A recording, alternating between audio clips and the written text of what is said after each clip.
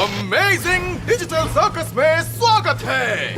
मेरा नाम है केन, मैं हूँ आपका रिंग मास्टर और मैं लेकर आया हूँ चमड़ा तोड़ू, दिल जोड़ू और दिमाग मोड़ू चीजें जिन्हें देखकर आपकी आंखें सॉकेट से बाहर आ जाएंगी। सही बोला ना बबल? बिल्कुल सही उस्ताद, मैं देखने के लिए उछल रही हूँ क्या?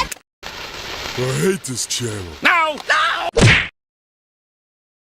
Good morning, afternoon, and evening to all. My name's Aloof Alpaca, and welcome back to another episode of Casual Cartoon Critique. Today, I'm talking about The Amazing Digital Circus! Made by YouTuber Gooseworks, best known before Digital Circus for making Undertale remixes and original animations like Little Runmo and Elaine the Bounty Hunter. If you haven't already heard about The Amazing Digital Circus, you're either two things. You either just woke up from a 6-month coma, or you're an old fart that can use a computer about as well as an orangutan can drive. Because this shit has blown up in popularity. The first episode in just 6 months has racked up 300 million views. Damn! It took the Has-Been Hotel pilot about 5 years to reach 1/3 of that, and episode 2 has just come out, and it's already got over 70 million. But just why exactly has it blown up in popularity? Well, personally, I think it's a mixture of its fluent animation, great music, quirky characters, colorful world and settings, dark comedic tone, and constant use of sound effects. Hey.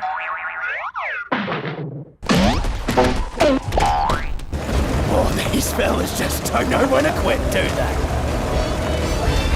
It somehow creates something that has broad appeal. The whole concept is a bunch of people get trapped in this digital purgatory led by a theorized to be AI, Kane, who sends these characters on LARPing sessions to keep them from going insane. And that's pretty much the gist of it. The animation is great. It's rare to see 3D animation with this level of polish even in mainstream media. The character movements are so smooth, especially with Kane. It's smooth on the level of the Sony movies like Cloudy with a Chance of Meatballs and Hotel Transylvania. Sure, it doesn't have much weight to the movements, but that's my only complaint. Just a bit floaty on some characters. The music is great.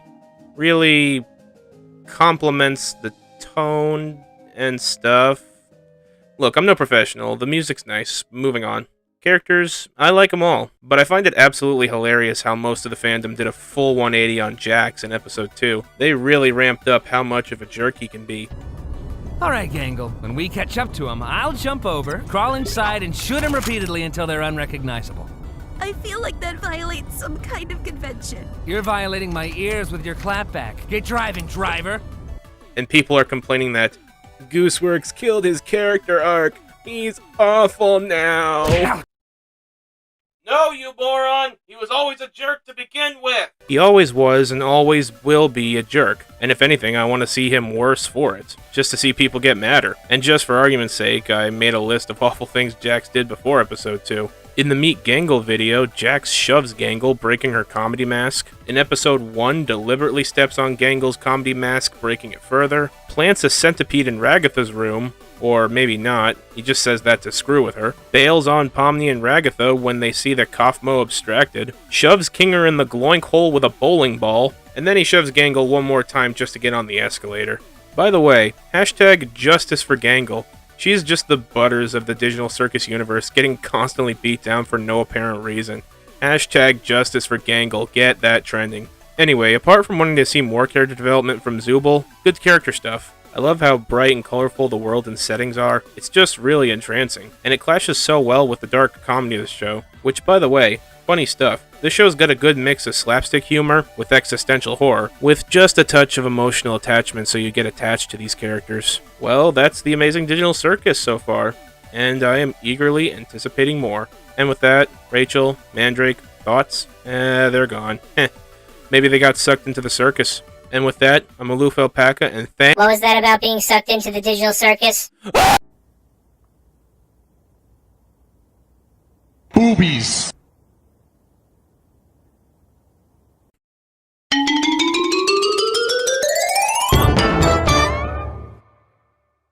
Good morning, afternoon, and evening to all. My name's the Casual Capybara, and welcome back to another Casual Capybara Critique. And today, we're going back to the Amazing Digital Circus. Welcome back, my meowing milkmaids! Don't ever call us that again. I talked about the pilot in the second episode back during my alpaca era of my YouTube channel, and you know what? I want to do what a YouTuber does best. Milk the same piece of media for as much content as possible. So like Foco with Deltarune, I'm breaking down my Digital Circus reviews into multiple videos. This time on episodes 3, 4, and 5, and then next time it'll be on episodes 6 and 7, then finally on episodes 8 and 9. So let's jump right into episode 3.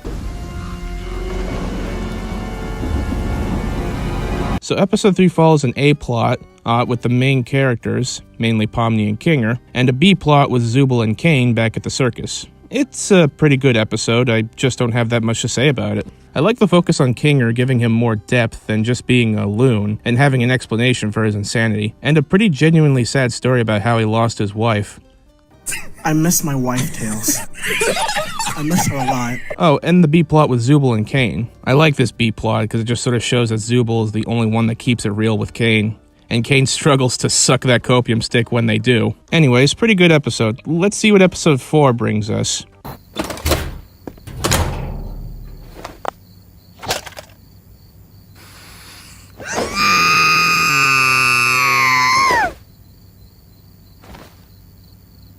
Well, this one hurt on a number of levels.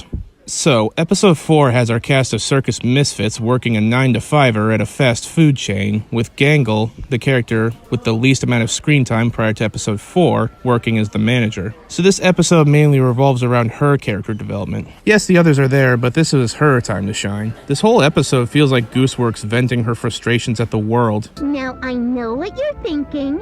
I don't want a career in fast food. I want to be a comic artist and eventually launch my own manga-inspired webcomic. And it's cool to have dreams, but you also need to remember that they're completely unrealistic, and you need to stop trying. It's the frustration creative minds like hers, mine, and many other feel.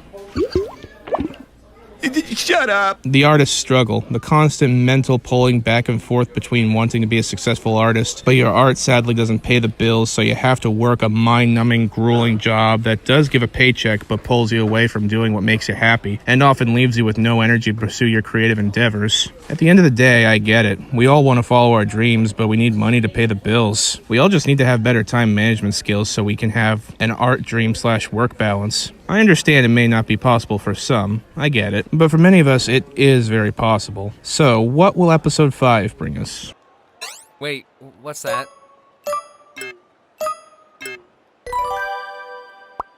What the heck? Alright, it's been a couple of days since episode 5 came out. I've took a little time to reflect. And it feels like this episode, while it gave us a few answers, left us with another metric ton of questions. We got more background story with Pomni, Gangle, and Zubul, and even a bit with both Jax and Ragatha, but it still left us with a bunch of questions. And I got a good feeling some of those questions may never be answered. Gooseworks, you f***ing clown. But despite all that, this episode was a hilarious episode. I can't believe they got away with this joke.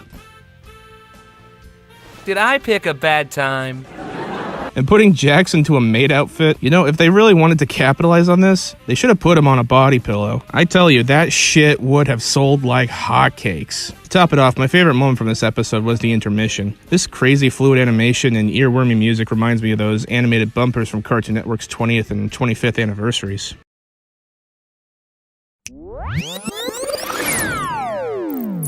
Intermission time. Welcome to the Digital Circus.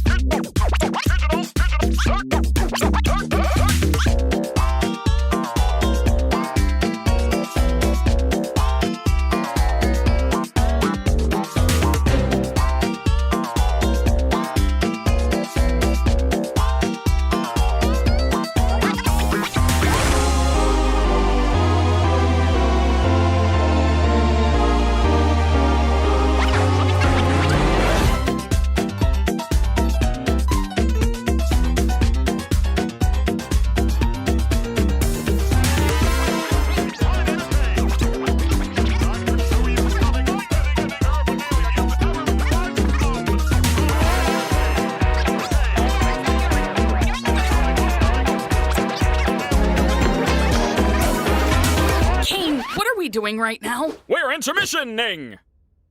Why? Hello? And now back back to the show. So now, we wait for more Digital Circus. So that means this topic will come back in about 3 years. So with that, Rachel, Mandrake. Oh, come on. This isn't going to be a running gag within the Digital Circus reviews. Well, do you have anything to say, Spotty? Gangle's ribbons look like licorice ropes.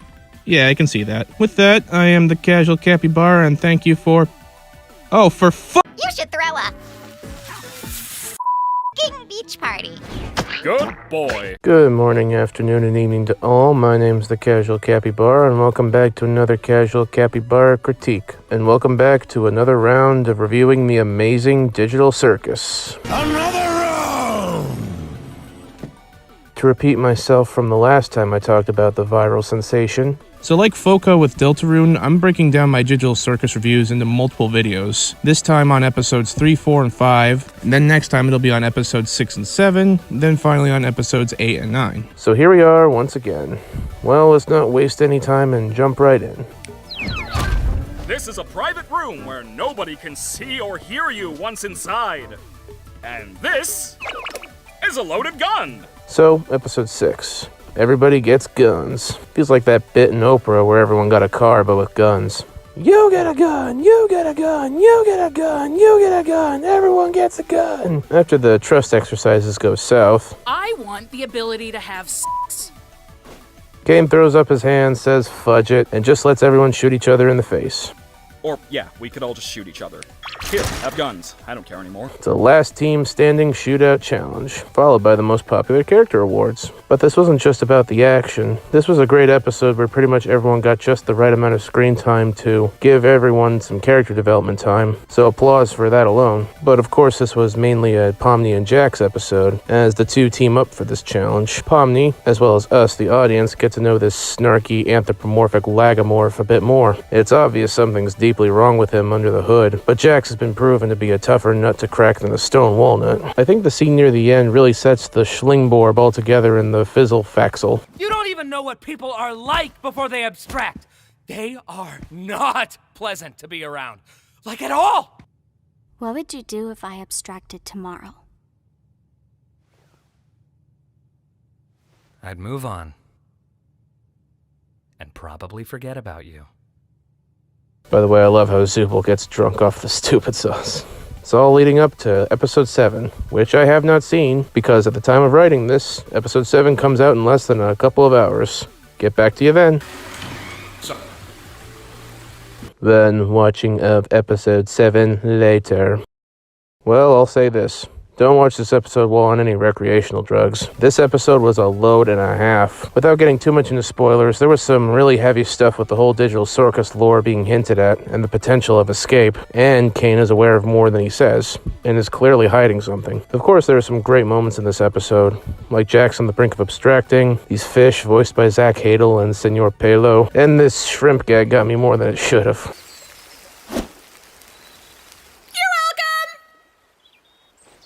I mean, it's just a JPEG that turns to face the camera from both angles. That was really funny to me. I made it take you to Shrimp Town. But that ending, though, I think Gooseworks is the queen of cliffhangers. She posted her dinner of liver and onions after the premiere of episode 7, crying out loud. People, myself included, were pissed.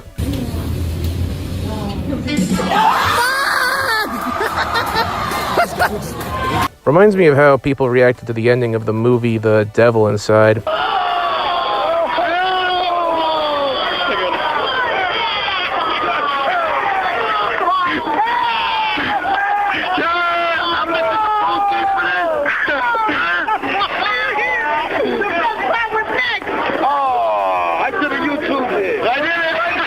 The only silver lining here is that at least there are 2 more episodes after this. So I guess this wraps up this episode of CCC. Now normally I'd ask Rachel and Mandrake to close out with their thoughts, but as is the running gag in these Digital Circus reviews, they're not here. In fact, I haven't seen them all day. Well, with not much more to say, I am the Casual Capybara and thank... Holy sh**! I'm better!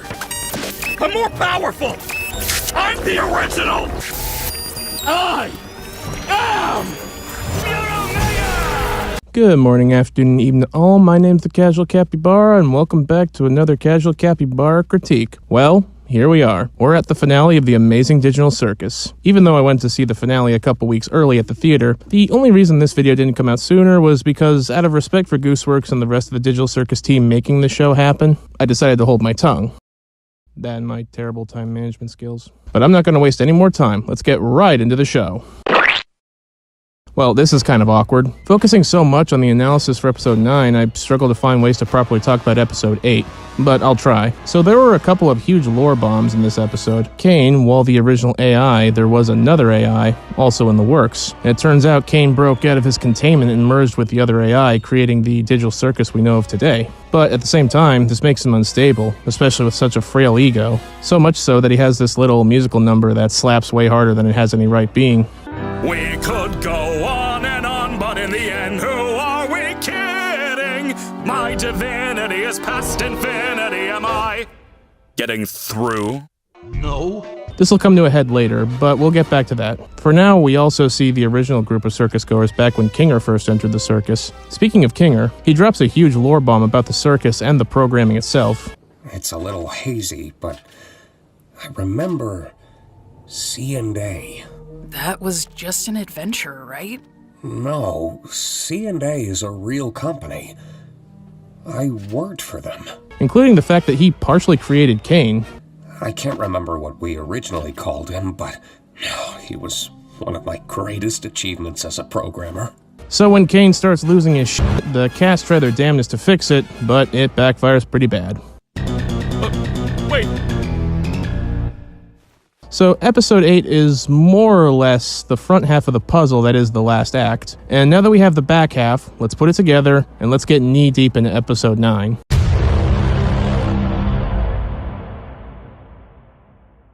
I find it kind of crazy how I didn't get spoiled up until the theatrical release of episode 9. At the time of writing this, my mind is still abuzz with the movie. I hate to sound like Angry Joe when he defended 2016's Suicide Squad, but seriously, what the heck is wrong with the internet? That was an awesome fucking finale. Maybe I should backtrack a bit. So, it's finally revealed. Kane is dead, and it's figured out by Kinger that the Digital Circus cast aren't actually human. Yeah, sorry to hit the ground running with spoilers, but that's how it's exposed. It turns out they're brain scans of their human counterparts with AI mixed in, almost like a living shell with a consciousness of who it what was, but with foggy memories of anything before it became the husk. I know that sounds confusing. I had to do like a dozen takes on that. I don't know what I wrote there, which would explain the lost memories and forgotten names. Unfortunately, this is the straw that broke the camel's back, as this drove Jax to finally snap and abstract. So with that, let's discuss the biggest part of this finale. Oh boy, why does that matter? Gay.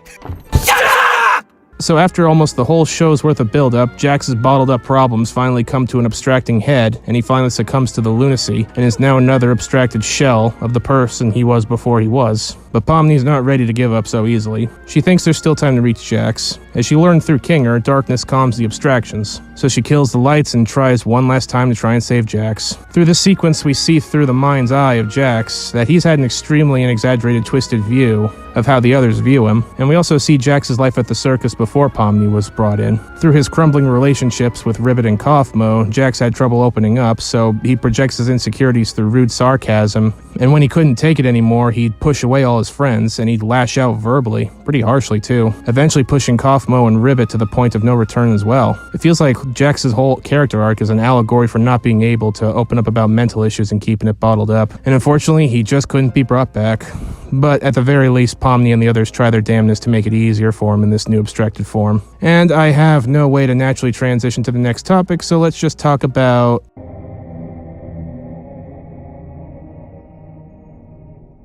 Was I truly that bad? Yeah, surprisingly, Kane didn't die. So wait, Kinger said Kane got deleted, but he's still alive? Maybe he just got put into the recycling bin. Either way, after being banished and almost killed, this gives him a lot of time to think. And he sort of has a bit of an epiphany in his isolation. He sort of realizes maybe not torturing his guests and hiding secrets from them isn't the way to go, and in order to keep what he has to accept who he is and let go of trying to be perfect. I was irresponsible. I turned them against me. And for what? I can create intelligent beings that do whatever I want, but I can't create them. After all, is their free will not what made them alluring in the first place? And as a way of saying sorry, he puts together this presentation to the cast of the Digital Circus about their human world equivalents, not only to give them closure, but to put their minds at ease that their real world selves, and most likely everyone before them that entered the circus, are still out there in real life, living their lives. So in the end, Kane learns to let go of his ego and just let loose and have fun with the circus residents coming down to their level and just having fun. It's honestly impressive how much he turned over a new leaf. It's real nice. Bubble's still canonically dead. You know, out of all the people I've seen enter this place, I don't think any one of them adjusted as quickly as you did. I was a nervous wreck. So was I. It's a lot for anybody to go through. But while the others took weeks, hell, even months to get used to everything, myself included, you found your footing in a matter of days. So now, with everything I just said about the humans of the Digital Circus, and them knowing that their real-life selves are still out there, they're finally ready to accept life in the Digital Circus, and with Kane loosening up and letting them do whatever they want, however they want, and whenever they want. And overall, Kane just being part of the group. It's honestly a really heartfelt and wholesome ending to this bumpy ride that was this show. Again, hate to sound like a sucker, but again, most people saying this finale sucked just feels like hate mongers stroking their hate because they like to take the piss out of something other people like my little cousin who blew my house of cards down at a family reunion, and that's why I'm no longer invited to family reunions, which is totally bullshit because it was that little fucker's fault. Wait, where were we? Oh yeah, the Digital Circus. I'm not going to say every criticism is invalid, that would be narrow-minded, and I've seen a few fair arguments of why people didn't like the finale, but for the most part, the ones I've seen are deconstructive, not constructive, and those are the ones I tend to just label as hate-mongering. And you know what? I believe that if you want to be a movie reviewer, if you want to behave as if you have any semblance of authority on the subject of film, you have to be able to speak about even the most repugnant, unsalvageable movie in a constructive way. Because unless you have the wherewithal to prove that given the opportunity, you could have done better, then you're no authority on anything and your opinion is worthless. So this is it, I guess. Well, it's been one heck of a 3-year ride. I want to thank Gooseworks, the voice actors, and everyone at Glitch for making a really darn good show, from the story, to the characters, to the setting, to the great atmospheric music, and animation and visuals that just got better as the show went on. While there might have been a few flub-ups along the way, this has been a great show to get so invested in, and it's going to be very interesting seeing how Glitch's future proceeds now that their cash cow has been put to pasture. Now, normally I'd end it here because Rachel and Mandrake are MIA when I'm reviewing this show, but they came to me this morning saying they had a lot to say about the Digital Circus and they really wanted to share their thoughts. I was a little pissed, but you know what, I'll take what I can get. Well, without further ado, here's their take.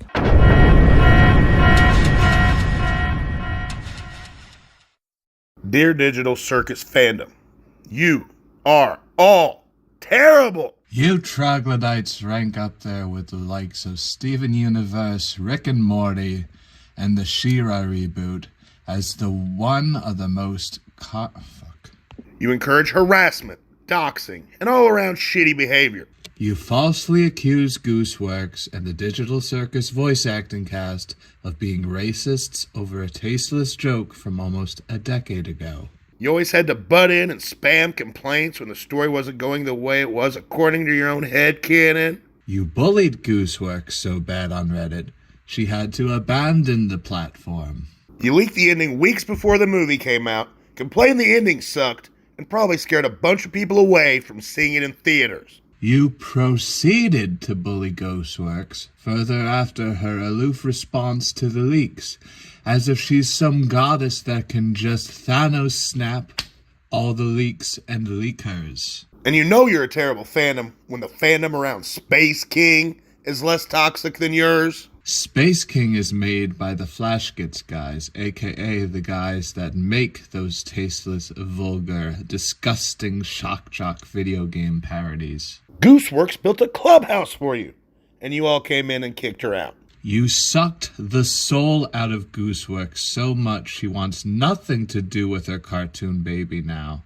She had to let it get torn apart by you dogs to save her own sanity. And, by the way, stop giving Glitch for making merch lines off their cartoons. We're not saying leave the multi-billion-dollar company alone or anything, but what you idiots don't understand is that merch lines are the bloodline for media, cartoons especially. The reason a good chunk of mainstream cartoons in the 2010s were canceled prematurely was because they attracted the fandoms of people like you, who don't buy toys and or have any kids that would want them. You're the type of people to make jokes about the church robbing the church goers, because you never heard the saying, goodwill doesn't pay the bills. So, in conclusion, the end, fuck you, Digital Circus fandom. Hey, don't look at me. I was a good fan that was quiet, respectable, and bought merch to support the show. Well, I guess that's it for the Digital Circus. I'm the Casual Capybara, and thank you for watching.